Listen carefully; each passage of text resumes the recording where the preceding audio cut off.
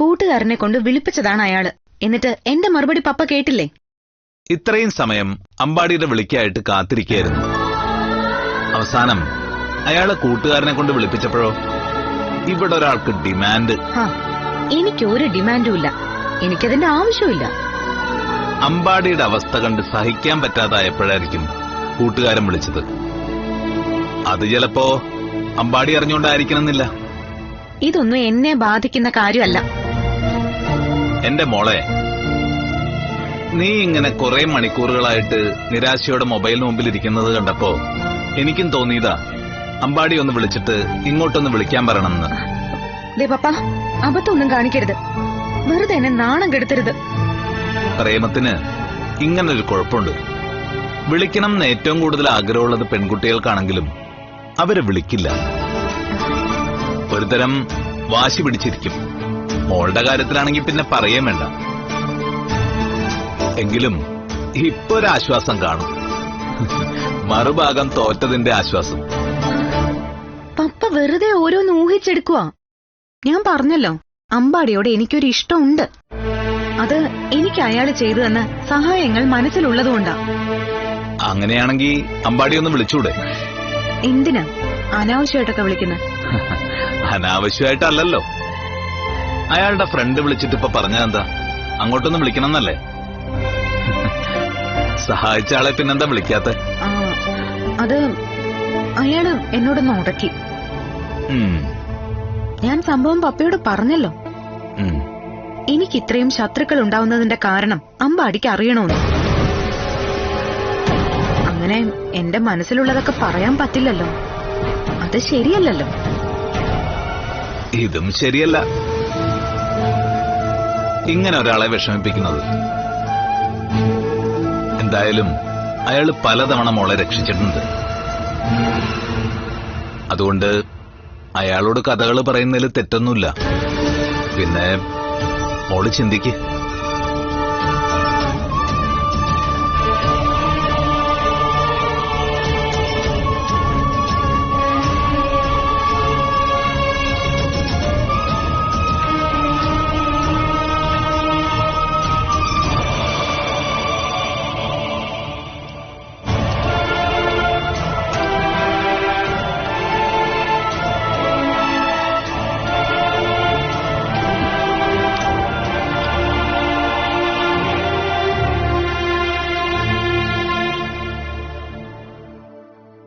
അളിയ, അങ്ങോട്ടുണ്ട്, ഇങ്ങോട്ടില്ലേ? എന്ത്? എടാ, ശരിക്കും നിനക്ക് ടീച്ചറിനോട് ഇഷ്ടമുണ്ട്, ഇങ്ങോട്ടതില്ലേ എന്നാ എന്റെ ചോദ്യം. നിനക്കിപ്പോ ഏത് നേരവും ഇതേ സംസാരിക്കാനുള്ളോ? എടാ, ടീച്ചറിന്റെ കോളും പ്രദേശല്ലടാ നീ ഈ മൊബൈലും പിടിച്ച് ഇവിടെ ഇരിപ്പിരിക്കുന്നത് എന്ന് നിന്നോട് ആരാ പറഞ്ഞേ? അങ്ങനെ ഒരു പെണ്ണിന്റെ ഫോൺ കോളിന് വേണ്ടി ഞാൻ വെയിറ്റ് ചെയ്യുന്നില്ല. ഒരുപക്ഷെ അവളെ എന്റെ കോളിന് വേണ്ടി കാത്തിരിക്കുന്നുണ്ടാവും. അതൊരിക്കലും ഇല്ല. അത് നിനക്കെങ്ങനെ അറിയാം? നീ അവളെ വിളിച്ചോ? ഞാനങ്ങനത്തെ അബദ്ധമൊന്നും കാണിച്ചിട്ടില്ല. എങ്കിലും ഒന്ന് ഞാൻ പറയാം, നിനക്ക് ആ പഴയ ഉണർവും ഉന്മേഷമൊക്കെ ഉണ്ടാവണമെങ്കിൽ ടീച്ചർ നിന്നെ വിളിച്ചേ പറ്റൂ.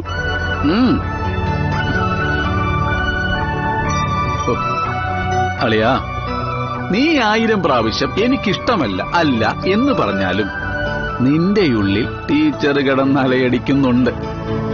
ആ ശബ്ദമൊന്ന് കേൾക്കാതെ നിനക്ക് ഈ മുറിവിട്ട് പുറത്തിറങ്ങാൻ പോലും തോന്നുന്നില്ല. എന്നാൽ നമ്മളാണുങ്ങൾ ഇവളുമാർക്ക് വേണ്ടി ചെലവഴിക്കുന്ന സമയത്തിനും ആരോഗ്യത്തിനും ഫലം കിട്ടുമെന്ന് ആദ്യം അറിയണം. അതിനുള്ള ഏക മാർഗം നീ നിന്റെ മനസ്സ് ടീച്ചർക്ക് മുന്നിൽ തുറക്കുക എന്നുള്ളതാണ്. എനിക്ക് ടീച്ചറെ ഭയങ്കര ഇഷ്ടമാണെന്ന് തുറന്നടിക്കുക. കുറച്ചു ദിവസം ജാടയൊക്കെ കാണിക്കും, പിന്നെ വഴിക്ക് വരും. നിന്നോട് ഇഷ്ടമുണ്ടെങ്കിൽ, അല്ലെങ്കിൽ വിട്ടുകളഞ്ഞേക്കുന്നേ. എന്റെ കാര്യം ഞാൻ നോക്കിക്കോളാം. മനുഷ്യനെ നാണം കെടുത്താനായിട്ട് ഓരോ അടവുമായിട്ട് നടക്കുക. എടാ, നിന്റെ കല്യാണം നടത്തി തരുന്നതിനെ 5 പവനാ നിന്റെ അമ്മ എനിക്ക് ഓഫർ ചെയ്തിരിക്കുന്നത്. എനിക്ക് മനസ്സിലായി, സ്വർണത്തിനും പണത്തിനും വേണ്ടി നീ എന്തും ചെയ്യുമെന്ന്. എന്തായാലും ഈ അടുത്തൊന്നും നിന്റെ ആഗ്രഹം നടക്കാൻ പോകുന്നില്ല അമ്മയുടെ. എന്നാ പിന്നെ ഈ മൊബൈലും പിടിച്ച് നീ ഇവിടെ ഇരുന്നോ. ടീച്ചർ വിളിക്കില്ലടാ. അവർക്ക് വേണ്ടി തല്ലാനും കൊല്ലാനും ഒരു ഗുണ്ട അവരുടെ മനസ്സിൽ നിന്റെ സ്ഥാനം അതാടാ.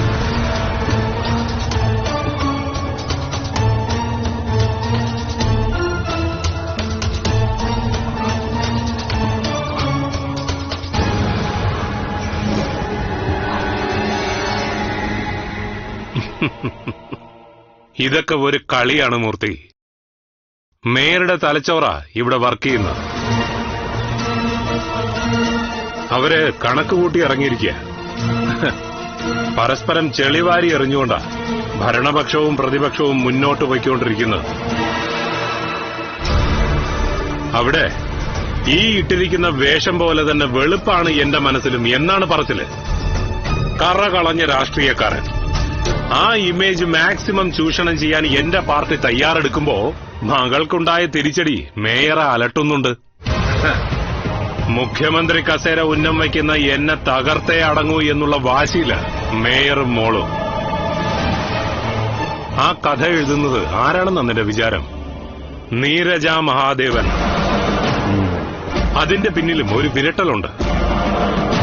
ആ നോവലിന്റെ ഓരോ ലക്കം വായിക്കുമ്പോഴും നമ്മൾ ദുർബലപ്പെടും. അതിനുവേണ്ടി അലീന പീറ്റർ എന്നൊരു പെൺകുട്ടിയുടെ പേരിൽ എഴുതുകയാ അവള്. എടാ, പക്ഷെ വിനയന്റെ മോനെ ആകാശമായുള്ള വിവാഹത്തെ മേയർ സുലേഖ എതിർത്തപ്പോ നീരജ് അതിനെ പ്രോത്സാഹിപ്പിച്ചെന്തിനാ? അത് മഹാദേവൻ എന്ന അവളുടെ ഭർത്താവിന് സംശയം തോന്നാതിരിക്കാൻ. അതാണ് നമ്മൾ തുറുപ്പ് ചീട്ടാക്കേണ്ടത്. മേയർക്കും മോൾക്കും എല്ലാം അറിയാം. അറിയാത്തത് മരുമോനാ. അപ്പോ അറിയാത്തതൊക്കെ അയാളെ അറിയിക്കുമെന്ന് മേയറോട് പറഞ്ഞാൽ അവിടെ അഴിമതിയില്ലാത്ത മുൻ മേയർ ശരിക്കും ഒന്ന് ചിന്തിക്കും, ഈ കളി ഇനി മുന്നോട്ട് കൊണ്ടുപോണോ വേണ്ടയോ എന്ന്. നീ എന്താ ഉദ്ദേശിക്കുന്നത്? ഞാൻ ശരിക്കും ആലോചിച്ചിട്ട് തന്നെയാണ്. മുള്ളിനെ മുള്ളുകൊണ്ട് തന്നെ എടുക്കണം. മേയർ സുലേഖയും മോളും അന്ന് കാണിക്കാത്ത ധൈര്യം ഇനി കാട്ടണ്ട. അന്ന് സുലേഖയ്ക്ക് മോളുടെ ഭാവി പ്രശ്നമായിരുന്നു. അതുകൊണ്ട് നമ്മൾ തെറ്റ് ചെയ്തു എന്ന് വിളിച്ചു കൂവിയാൽ പോലും അവരത് സമ്മതിക്കില്ലായിരുന്നു. എന്നാ ഇപ്പൊ കഥ മാറി. എന്റെ ഉയർച്ച, വിനയന്റെ സൂപ്പർ സ്റ്റാർ പദവി, നിന്റെ വളർച്ച എല്ലാം അവരെ അസ്വസ്ഥമാക്കുന്നുണ്ട്. അങ്ങനെയാണ് അലീന എന്ന പെൺകുട്ടി ഉദയം കൊണ്ടത്.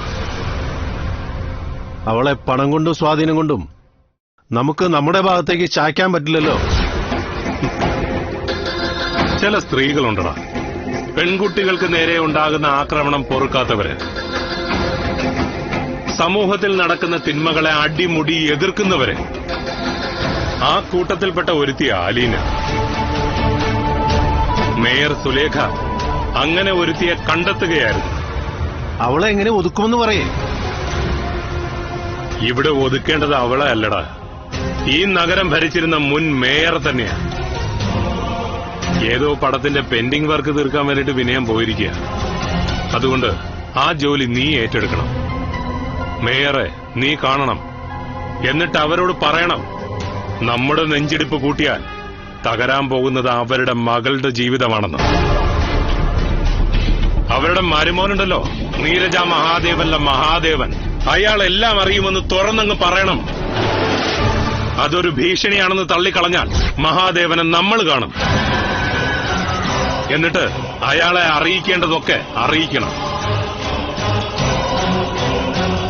നല്ല മരുമകനെ കിട്ടാൻ വേണ്ടി, നീരജിക്ക് നല്ലൊരു കുടുംബജീവിതം കിട്ടാൻ വേണ്ടി എല്ലാം മനസ്സിൽ വെച്ചുകൊണ്ട് നടന്ന അമ്മ അവിടെ പതറാതിരിക്കില്ല. നമുക്ക് മുൻപിൽ തടസ്സങ്ങളുമായി നിൽക്കില്ല. നാളെ തന്നെ നീ മേയറെ കാണണം.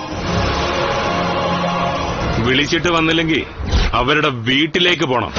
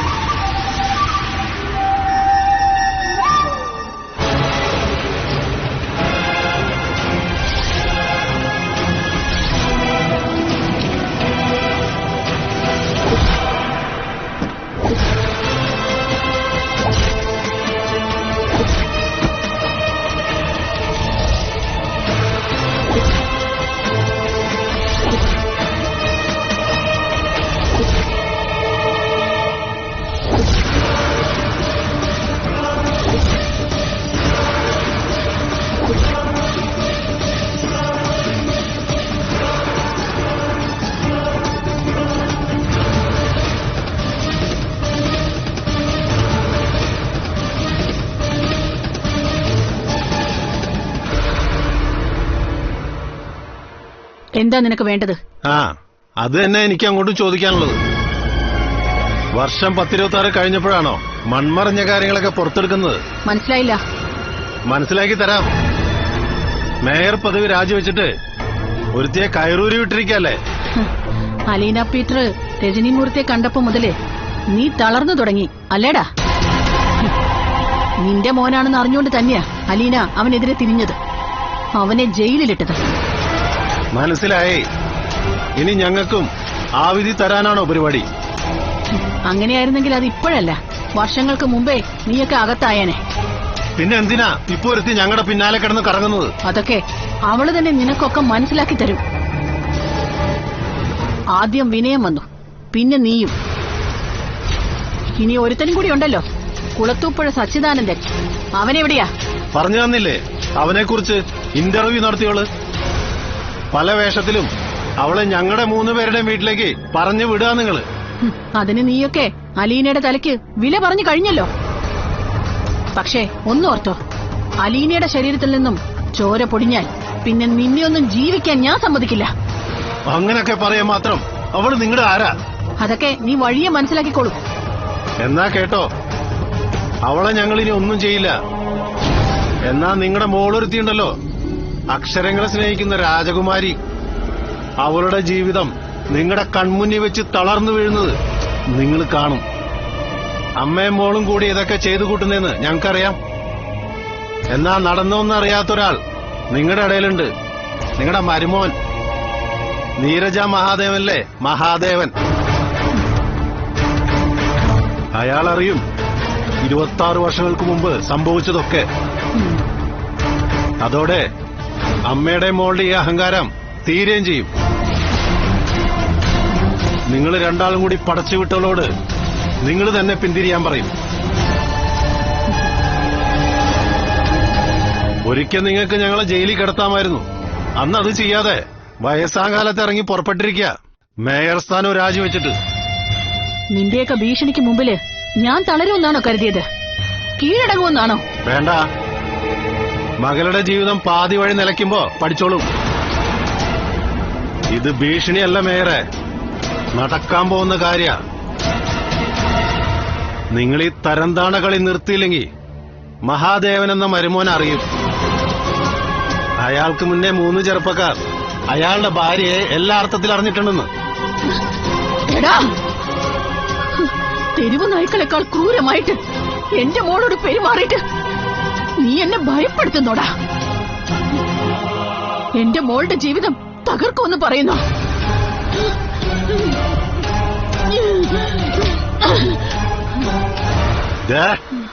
ചെയ്യൂന്ന് പറഞ്ഞാ ചെയ്യും. അലീന പീറ്ററിന്റെ കൈയും നാവും ഇനി ഞങ്ങൾക്കെതിരെ ചലിക്കരുത്. അവള് ഞങ്ങളുടെ പിന്നാലെ വരരുത്. വന്നാൽ പിന്നെ നിങ്ങൾക്ക് നിങ്ങളുടെ മോൾക്കെതിരെ വാളെടുക്കുന്നത് നിങ്ങളുടെ മരുമോനായിരിക്കും.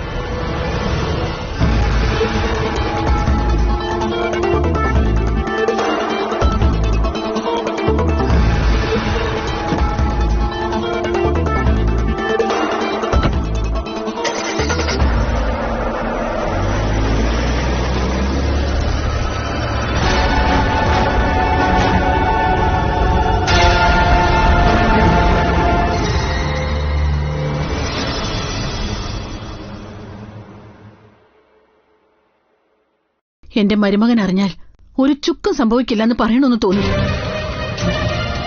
പിന്നെ നീരജയുടെ കാര്യം ഓർത്തപ്പോ അതിന് കഴിഞ്ഞില്ല. നീരജയെല്ലാം അറിഞ്ഞെന്നും മഹാദേവനൊന്നും അറിഞ്ഞിട്ടില്ലെന്നോ അവന്മാരുടെ ധാരണ. അത് മനസ്സിൽ വെച്ചിട്ടാ നിങ്ങളുടെ ദാമ്പത്യം തകർക്കുന്ന രീതിയിൽ അവൻ സംസാരിച്ചത്. പിടിച്ചു നിൽക്കാൻ പറ്റാതെയായി. അലീന ഒരു ഭയമായി അവന്മാരുടെ ഉള്ളിൽ കിടക്കുക. ഞാനും നീരജയും കൂടിയാണ് അലീനയെ അവന്മാർക്കെതിരെ ഇളക്കി വിടുന്നതെന്ന്. ആ സംശയം ഉള്ളിൽ വെച്ചോണ്ട് ഓരോന്ന് പ്ലാൻ ചെയ്യാണ്. ഇങ്ങനെ പോയാൽ അവന്മാര് നീരജയെ സമീപിക്കുമല്ലോ അമ്മേ. അതിനുള്ള സാധ്യത കൂടുതലാണ്. നമ്മൾ ഭയക്കുന്നത് പോലെയൊക്കെ സംഭവിക്കുമെന്ന എന്റെ പേടി. അലീനയെ കരുവാക്കി നീരജ കളിക്കുന്നു. അങ്ങനെ ചിന്തിക്കുന്നവന്മാർക്ക് ശത്രുത കൂടുതൽ അവളോടാ. അന്ന് നീരജ കാറിന് മുന്നിൽ പെട്ടത് മാത്രമേ അവൾക്ക് ഓർമ്മയുള്ളൂ. എന്നാൽ അതിനുശേഷം നടന്നതൊക്കെ അവൾക്കും അറിയാമെന്നാണ് മൂർത്തി ഉൾപ്പെടെയുള്ളവരുടെ ധാരണ. ഞാൻ ഒരുപാട് ചിന്തിച്ചു. നല്ല അടുപ്പമുള്ള ഡോക്ടർമാരോടൊക്കെ വിവരം തിരക്കി. അവരെല്ലാം പറഞ്ഞത് നീരജ ഒന്നും അറിയരുതെന്ന. ഈ സംഭവമൊക്കെ നടക്കുമ്പോ നീരജയെ നോക്കിയ സൈക്കാട്രിസ്റ്റും അങ്ങനെ തന്നെയാ പറഞ്ഞത്. ആ രാത്രി 3 ചെറുപ്പക്കാരവളെ ആക്രമിച്ചെന്നും അതിന്റെ ഫലമായി അവൾക്കൊരു കുഞ്ഞു ജനിച്ചെന്നും അറിഞ്ഞാൽ അത് അച്ഛൻ മരിച്ചതിനേക്കാളും ഷോക്കായിരിക്കുമെന്നും പറഞ്ഞു. അല്ലെങ്കിൽ വിവാഹത്തിന് മുൻപ് തന്നെ ഞാനെല്ലാം പറഞ്ഞേനെ. ആ കുഞ്ഞിനെ കളയാനും ശ്രമിക്കില്ലായിരുന്നു. പക്ഷേ അന്നെല്ലാം അറിഞ്ഞിരുന്നെങ്കിൽ പിന്നെ നീരജ ഒരു വിവാഹത്തെപ്പറ്റി ചിന്തിക്കാനുള്ള സാധ്യത കുറവായിരുന്നു. അയാൾക്ക് ചില സംശയങ്ങളുണ്ടിപ്പോ, പ്രത്യേകിച്ച് അലീനയുടെ കാര്യത്തിൽ.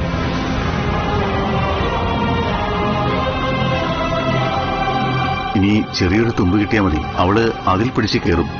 നമ്മള് അതിനുള്ള അവസരം കൊടുക്കാൻ പാടില്ലമ്മേ. എന്തായാലും മൂർത്തി മഹാദേവനെ കാണാൻ ശ്രമിച്ചേക്കും. എന്നെ കണ്ടോട്ടെ, എന്നാൽ നീരജയെ അവൻ കാണാൻ പാടില്ല. അതുകൊണ്ട് അവന്മാരുടെ തെറ്റിദ്ധാരണ ഇനി അമ്മയായിട്ട് ഒരിക്കലും തിരുത്തരുത്. എനിക്ക് അവരോടൊക്കെ പകയും പ്രതികാരവും ഒന്നുമില്ലമ്മേ.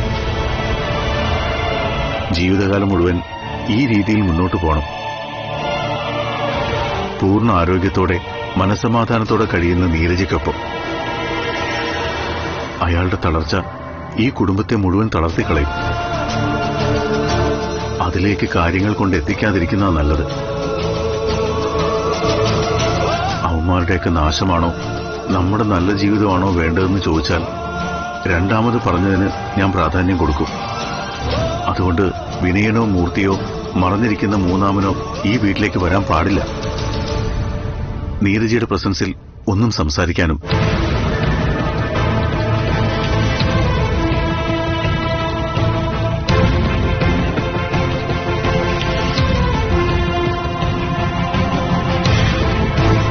മേഡം, സിനിമ എങ്ങനെ ഉണ്ടായിരുന്നു? നിങ്ങളെപ്പോലുള്ളവരാ സിനിമയ്ക്കൊരു മുതൽക്കൂട്ടാവേണ്ടത്. ചെറിയ ബഡ്ജറ്റിൽ നല്ലൊരു സിനിമയൊരുക്കാൻ നിങ്ങൾക്ക് കഴിഞ്ഞു. Thank you madam. ജീവിതത്തിലെ ഏറ്റവും വലിയൊരു ആഗ്രഹമായിരുന്നു ഇങ്ങനൊരു സിനിമ. ഏതായാലും ഇനി ഇത്തരം സിനിമകൾ എടുക്കണം. ഓക്കെ, ശരി മാഡം. Thank you madam.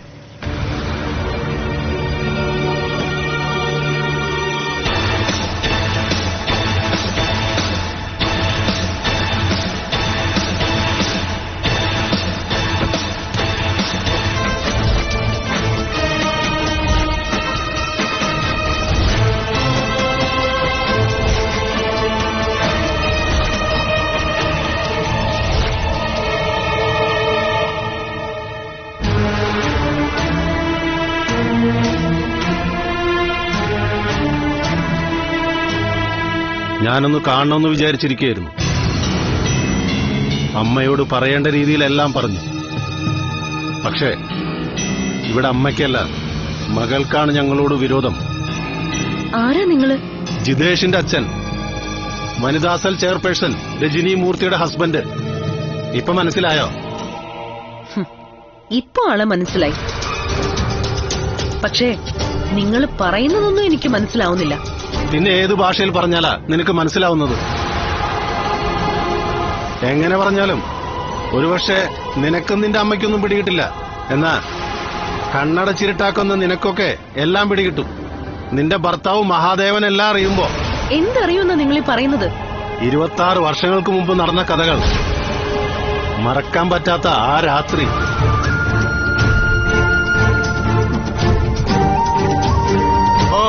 അവൾക്കൊന്നും അറിയില്ല.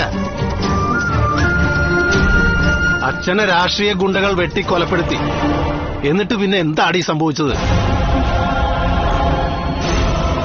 ഓടി വന്ന് നീ ഞങ്ങളുടെ കാറിന് മുന്നിൽ വീഴുമ്പോ ബോധമില്ലായിരുന്നു.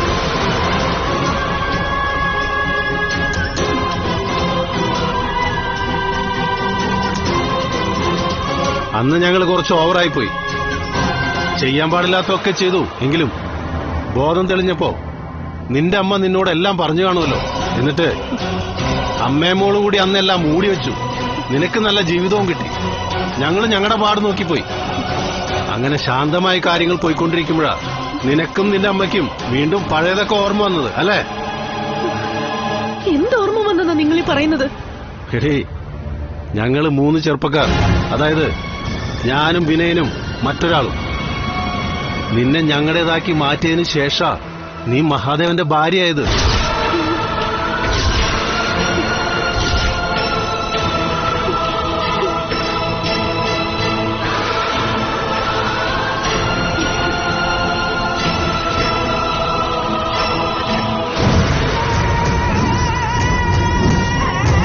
എല്ലാം അറിഞ്ഞിട്ട് അറിയില്ല എന്നടിക്കുന്ന നിന്നോട് എല്ലാം അങ്ങ് പച്ചയ്ക്കങ്ങ് പറയാ. ഇനിയും നീ ഓർക്കുന്നില്ലേ ഒന്നും? ആ രാത്രി ഓർക്കുന്നില്ലേ?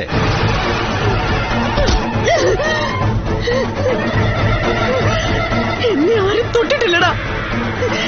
എന്റെ ദേഹത്ത് അന്യ പുരുഷന്മാരെ സ്പർശിച്ചിട്ടില്ലടാ.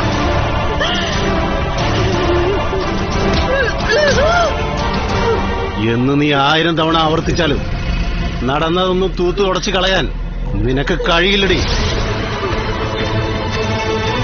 ഇപ്പൊ ഞാൻ വെളിപ്പെടുത്തിയതൊക്കെ ഞാൻ നിന്റെ ഭർത്താവിനോട് പറഞ്ഞിരിക്കും.